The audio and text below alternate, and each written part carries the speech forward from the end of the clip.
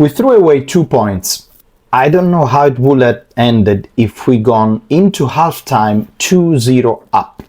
We came back on the pitch completely dazed, half asleep. And I mean, what did you tell them? I mean, it's part of your job, I guess, at the first half to just wake the team up and say, okay, Parma now, it's the enthusiasm is there. They have a lot of adrenaline. We need to focus and we need to show who we are. We are the Rossoneri. When you are leading 2-0, you can't concede that kind of goal in the 48th minute. You have to put the ball in the stands. We needed to keep playing with more clarity. And of course, he's talking about single mistakes, specifically about Estupiñán. In fact, our community picked on this. As you can read, watching football for many years, Estupiñán mistake is one of the stupidest I ever seen. Sometimes there are more direct mistakes, but usually there are more technical mistakes like a back pass, error, or a handball. This was a clear decision mistake at the most unnecessary moment. Yeah, exactly. That was a very, very stupid decision from Estupiñán. He was coming back from an injury. He also saved a goal earlier. You can't say it's one player fault or another. Inside our box, we were completely out of it. Too many balls got through far too easily. In those moments, you have to fight first, then start playing again. You know, this is one of the biggest critics that I have on Allegri, because it's not the first time that I see Milan completely, as we said in Italy, in bambola. In bambola. What does it mean? It means that they have no idea what's going on around. They are just literally waiting the other team to score. And Milan, specifically in the first 10 minutes of the second half, it looks completely drained out of energy. But I thought that was the job of the trainer, of the coach, to say, guys, we need something to change. The player needs to wake up. We need to score the 3-1 and close definitely forever this match. I said this 2 months before the left flank is our main problem. And Rabiot was doing double work saving Estupiñán and Bartesaghi. When he got injured, everything collapsed. This team looks like he's playing with 9 men every game. Fofana is there just to have 11 players on the field, 0 attack or defense contribution. In summer, I was really upset when they bought Estupiñán. They had money to buy a decent replacement for Teola. The Kuiper was a good option. He's doing good in Premier League now, but they refused to pay 20 million for him. I don't even know at this point which is worse, Estupiñán or Bartesaghi. And let me add another great player, the GOAT, E.Royal. Now, this is a good comment from Dan. Oh God, I'm so mad. Wait for Rabiot and Jimenez to recover. Upcoming winter market should sign Victor Ryan. Who's Victor Ryan? I have no idea. In the derby in 2 weeks is our last chance to stay in a race. Very simple. Second part, remembered of the horrible Milan last season, when they didn't know what to do. It's true, Geroton. I have this feeling quite often. I saw the first half against Roma, the first 10-15 minutes of the second half against Parma. They had no idea, as Allegri mentioned, they had no idea what's going on. And to me, here is a little bit of critics on Allegri, because especially in that moment, you should arrive to the dressing room and address all the problems and try to pump a little bit the team, or maybe do right away a substitution, play a little bit more physical. Fofana, it's horrible, play Loftus-Cheek, or you have Yashari, why is he even there? Maybe it's too early to play Yashari, but Fofana, what we saw last in this match together with Estupiñán, probably the substitution should have done earlier with Bartesaghi, with Loftus-Cheek instead of Fofana.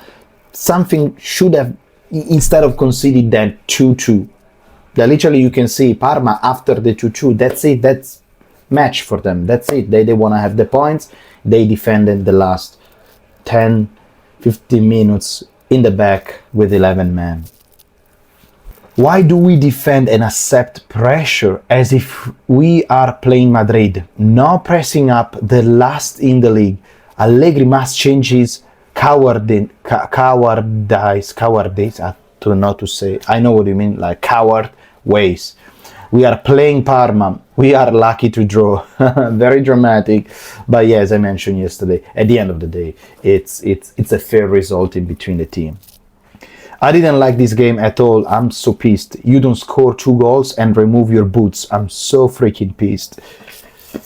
Stupid mistake, not cynical finishing, an opponent that keep pressing, same shit as always. I would like to say that, in my opinion, today Rafael Leão played a decent match. Again, not in his position. He scored a goal on penalty, but also he was really our most dangerous player. Somebody that I'm expecting a little bit more is Nkunku, that so far I don't understand how he can get the called up from the national team, probably because they don't have players, but Nkunku yesterday ghosted the whole match. 2 points drop for the match today. However, today's game showed that Leao can play as a center forward. He took up a good position and had excellent link-up play all game. I agree. He had some 1-2 with Nkunku, especially with Pulisic in the second half. Great game from start to finish. Maignan also had a strong game once again. The guy needs to cut out the mental mistakes from last season. We need Rabiot back for the derby. Is Saelemaekers now is one of the best wing backs in Europe despite the big miss this second half? I think the answer is yes. Now, I don't think we can compare any of our players to other European as long as Milan doesn't play in Champions League. Champions League, it is the real and only way to compare your team with the other in Europe. As long as you play only in Italy, I can't compare, as much as I love Saelemaekers, I can't compare him to anybody else across Europe. I can't. It's not fair. It's not you playing against Parma. Yes, you are a phenomenon against Parma, against Roma, against freaking, I don't know, Bologna, but far away from top level, okay? We are a team that it's supposed to be top 4. I think we're not gonna fight for the Scudetto at some point.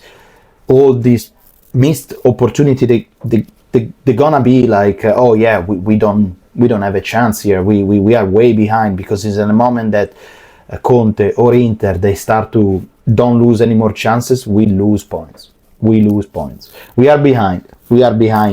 I'm happy for Rafael Leão, clearly. I'm happy because he showed that he can play as a center forward. I'm expecting much more from Nkunku. I don't even know how come this guy can actually be called up by the French national team. Maybe they have a lot of injured as well, so that's why he got called up. Pulisic, great. Pulisic, very good. He missed a huge chance, but I don't feel like to blame him because it's come back after an injury. Who I feel to blame in this match, it is Estupiñán, because he did a couple of mistakes that I don't know if Bartesaghi would have done. As simple as that, guys. Also, guys, remember that I have 2 weeks of international break now, where Italy is gonna try to qualify for the World Cup. So sempre Forza Italia, and when we come back on the 23rd of November, we're gonna have a big match. In my opinion, the big match of the season, which is the derby, Inter Milan. Wow. Inter is gonna be playing tonight against Lazio. Lazio that is gonna be faced, is coming to Milan to face the Rossoneri the following match after the derby. So we have Inter, Milan, Lazio. Then we have Lazio-Milan for Coppa Italia, and then Torino-Milan, Milan-Sassuolo, and then there is the Super Coppa Italiana. It is going to be crucial for our team to have the entire team ready and available for this month. It's going to be crucial, because we have the derby, we have important points for the Campionato, we have the Coppa Italia, and then we go to the Supercoppa. And the first match of Supercoppa is going to be against Napoli. Now, it's going to be extremely important to have saved everyone. The good news is that both Pulisic and Rabiot, key players for our team, they're not going to the national team. So they're going to be in Milanello, get ready. Yashari is going to be in Milanello as well. And pretty much all the players that we need to recover 100%, they're going to stay. Hopefully Modric and Saelemaekers, they're not going to be playing too many minutes in their national team, because especially Modric is 40 years old and Allegri is not giving him like a minute to rest. So we need him back 100%. Other than that, guys, that's all really that's happened.